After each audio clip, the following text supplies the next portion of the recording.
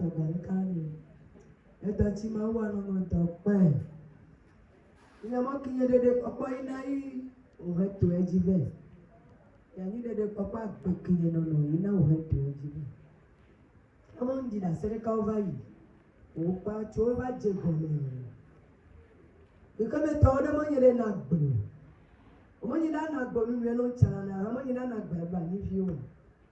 No queen in a poo. You are doing in a noya bufikinyo. You Mauta. Lawyer Sully Dodo. Why not know do me out if you want to wear you going in a Ela, olha de lá, não é não. É menina não sabe mais o aio. Não sabe o que? Olha isso, a bem é. Tá a bem é. A bem é, mas não é do meu pai, não viu a. O menina não é ela. O menina não é do meu. A do filho, não dá não é do meu. Ezo jemion toji, a di kunomi galen no mi top penomi. Mauda no ya jeji omi otoja gbara afia yi. Lórí ẹ̀yà wọ àgbà àkóso yìí. Lẹ́wọ́n tí a máa dẹ́gẹ́ mẹ́ràn yìí ni wà gbẹ̀dọ̀lágá yìí jẹ́ gọ́mẹ̀nà ẹ̀mọ́ tuntun.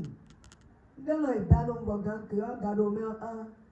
Lọ́wọ́ abá wọlé kékeré kùnú kámẹ̀. Jẹ́ gọ́mẹ̀nì lọ, wọ́n tuntun lọ jẹ́ gọ́mẹ̀nì lọ. Lẹ́yìn mọ́ fútọ́ yìí jàjẹ́ yìí mẹ́nu mi. Ẹ̀yẹ yóò bá pọ́dà kánú. Imo Yesu èyí tó kún fàgbé lọ́gbọ̀dù wà ó lè yẹn èyí retí lẹ́ka ìbètò lọ́tí abá ìdí èsì dìbò nínú ìròyìn yìí ló mẹ́ràn ẹ̀fà ló ń gbò abẹ́lẹ́ bá ìpanu wò bàbá ó jí ló ń gbò lọ́wọ́lẹ́ tí a máa dé lọ́tẹ́ mẹ́ràn yóò jáde ànígbé dáadáa wà ó dé lọ wọ́n àdé ànígbé dáadáa wà ó pé tó yẹn ni ẹ pé dá níbi ọdún. Elle est assassinée, oui, la vie, la non, même fin la vie, elle est bébé. On a dit que bénitier, l'un d'entre eux, ni bénitier, fin la vie, bénitier. Bon, oui, on peut donner le petit. Bon, tiens, allez, quelqu'un, mais, on nous nomme, il y a moyen de trop d'imé. Le papa, nous l'a dit, comme moyen de trop d'imé. Et moi, si nous n'y avons vraiment les roues, il y a des femmes au mieux, il y a vraiment, il y a des femmes au mieux. Il y a un baïdo, il y a un tas de tutis, il y a un tas de tutis, il y a un tas de tutis, il y a un tas de tutis, et la femme n'y a pas de l'eau. Elle a aussi, mais, on y a pas mal, on y a 7 ans, non, à bon nous. Et quand tu dis que tu vas me dire, là aussi, mais l'eau.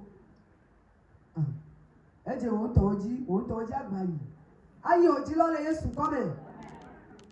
Et je ne sais pas, évalué. Quand on a tu vas nous nommer, pas de meilleur démo. Et la banque, bon, et on y a d'accord, vraiment. Vraiment, il y a d'accord, vraiment, la sorte gabana yo. On y dit là ici, il est ici, papa, Galitonle. Il ne pas. Quand il y a il t'a signé un gabeli, il est djihad, calomelo. C'est djihad, il est comme de dos. Il y a beaucoup de gens qui ici, il dit, il est comme de dos. On a baqué le corps. When you only never drag back in that corner. Now, if my ban, you are not doing your back. Papa Gilero, she can't tell me no more. I'm on a war. And I said, we don't have any. Yes, you do, Gino. I buy you no auto, and each of them massage that cello. Amen. Hallelujah. Amen. Enutima, who are no down, baby. Ele Aliji. Baby. Hallelujah. Ebi yomi le diare. Wawa nyimi abe ya irao. Wawa bi obe na de ono na da kameru na ma obe ya ira. Ono na da kameru na ma obe ya ira. Na me debo la no da kame adri ade. Ye dola ya la dakame. Oh la no agbe. Adu wasinu dawo. Adu kucheche yoma ucho iro. Hallelujah. Mima vona me vodi mao. No le wabe nya wuri mo wade. No le donde waba ze wuri mo ozia. Nyebe aze kelesia. Azia potana waba ze. Hallelujah. O ma pe ti olo. Mama bena eba be me bena me de to na ebe. Ebe viwa inga na gbera duo. Ya iduo la da kame. Ya iduo le kuode. Ono na ko sha bena de. Gbogbo ale tutu o cha o le gbogbo sunya o. Nya gbon de otro le ina wan to. Hallelujah. Bela du fia o la da kame. Di po ba je. Ebene ogbon ya egbon la bela di won ton chi o. Yesu deganu na o. Adikuna nya gbon ri wa. Ne ba to ajia. Ye ba sama na me ana Yesu. Abe ame yo le gbon be ba na agbe adu ebe vi o wa. Wa on to la dongo na yi. Be acha ke be le don wa be le igbe do ra pe ya. Acha ko ku re mo le do a. Be ya twikli. Ya so fie. E nto la te mo ke mo ya je re mo ya ji. E ke re mo ya nya ma. Nga ya jo na mi ebe le bi atome na we o. Hallelujah. Ma uba me Yesu la pa oji. Jiponto e do oroda ele ngbe do mele nkole bu sile mi. Ele jino la nyigba chume no. E popo de ma me poa. Ela ti awa. Ne sere kache poa. Ela kle. Ne popo de kache a. Ela ti ate kroji. Le Yesu ben come. Ne ma wu to e dwe. Ye be jole lo me. Ba ti ko pe ya me. Anu adore ta o. Akpe fu de ta o. Ye popo de la wa ba de ntia. Ni aba ma ura tite. Yuna chantala tite. Ela fufu. Ela gbao. Ela kakao. Ela tonya nya. Adaka yu akpane ya. Wan tola mleme. E yu akpana ocha. E ya fore toya tia. Wan tola mleme. Hallelujah. Ya no me awi nene ya. Echa iba le do gbera le toji. Ma uba me ancha le duida. Ya to mi gba okufia le gbere do ra mo lo. Ne ma wu lo wa. Ame ala no tele gono la gbre. One do wa la de fio le de fia me. E do mi pone chami mu so na si koko ne. Akwa vole do kwi o me. E ma la jofo. Ken gba ba no ma be we nke o mi e o le ki o. Mo ho de fia ya e. Ame agbo nya na me. Ni avo ide pe ko la gbo na wa de. No tele Yesu ba che papa me. Ni ano true na o zireka. Hallelujah. Ebe ye le true ne ne va to aji o. Agbani na gba to. Nu yo le do a neglige toji. Ya body de sia de ko le gbo na ina wan to. Hallelujah. Atepe maudu jinai. Maudu jinai. Ame yo le to asi akole ye ntibe anu ada kame ya. E ma do ebe vi o wa. O jengonai. O jengonai. Futo ola jengonao. E po yo de na wa to la keje me.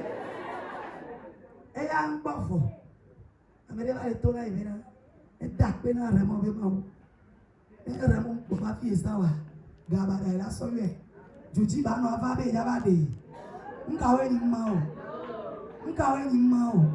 Ore jujo ho fi ben mao. Hallelujah. Manye ma ubi kabara na yoma. Utona mama be ame iglo nyawani. E tante. E yo garabara ben se. E du ero da ho a. Mo se agba gogo. Hallelujah. Jipotu oba ni jibla nwo. E yo mo sem me odo. E nya be na gbe iremo le do la le to ya ji. Ye wa cha obe yo ma ti apia me. Nenu ke po ai to aji ya. Remo be ma ule wa bana o. E be ba le gbe. Futa o ne ma gbe le gbe ya. E la ba te no be na le. Da gbe na remo be ma wa. Da gbe na ma wa. Ko ne de mu te na gbe wa. Ani gba la so afo ba chon. E Yesu ben come. Amen. Amen. Notre maman veut dire merci à Dieu parce qu'elle a été plusieurs fois défiée et le Seigneur l'a délivrée dans tous ses défis. Elle dit qu'il fait un moment, quelqu'un est venu la rencontrer, lui dire que elle ne va pas jouir de ses enfants, qu'elle va mourir sans jouir de ses enfants. Elle a dit que tout ce que vous venez de déclarer, c'est contre vous-même vous avez déclaré ces choses. Moi, je resterai vivant et je vais jouir de mes enfants. Et notre maman est en train de dire que les enfants que nous avons, c'est la bénédiction que Dieu nous a accordée. Et quelqu'un ne peut pas rester dans le cercueil ou dans le séjour des morts pour jouir de la bénédiction de l'Éternel. Après cela, elle a traversé des moments compliqués, elle a partagé ça avec l'homme de Dieu a prié avec elle, et arrivé un moment, un autre est venu pour la défier en lui disant que ce qu'elle a commencé avec l'homme de Dieu, l'évangéliste Agnosi Kojo Raymond, qu'il va la tuer et après, ça sera le tour de l'évangéliste. Et notre maman est en train de dire, ils ne peuvent rien faire contre elle, ni contre l'homme de Dieu. Parce que le Seigneur que nous adorons ici, il est l'Éternel des armées. Et l'homme de Dieu a été envoyé ici par l'Éternel et l'Éternel ne va jamais l'abandonner. Même si vos ennemis, les pervers se lèvent contre vous, ils se dressent contre vous si vous venez ici, le Dieu que sert l'évangéliste Raymond va vous défendre et mènera des combats à vos faveurs et il va vous accorder la victoire. C'est pourquoi toute personne qui va se lever contre l'évangéliste, qui va déclarer la mort contre l'évangéliste ou qui va préparer le cercueil contre l'homme de Dieu, c'est lui-même qui mourra, c'est lui-même qui ira dans le séjour des morts. Et nos ennemis, ceux qui veulent nous ôter la vie, ils vont nous dévancer. Nous irons voir leur tombe et nous allons encore rester en vie et jouir de la grâce de l'Éternel. Et après, un autre homme est venu dire que si ce n'était pas que l'homme de Dieu, l'évangéliste Agnosi Kojo Raymond, était venu ici et il a battu le camp ici, il allait l'épouser en utilisant ses fétiches. Et cela montre clairement qu'il avait déjà tenté. Il avait déjà utilisé ses fétiches et ça n'a pas abouti parce que la maman venait dans ce camp et il priait. Et le Dieu que nous servons ici avait servi de protection pour notre maman et les fétiches de ce méchant n'ont pas abouti. C'est la raison pour laquelle elle est venue ce soir pour dire merci à Dieu. Est-ce que nous pouvons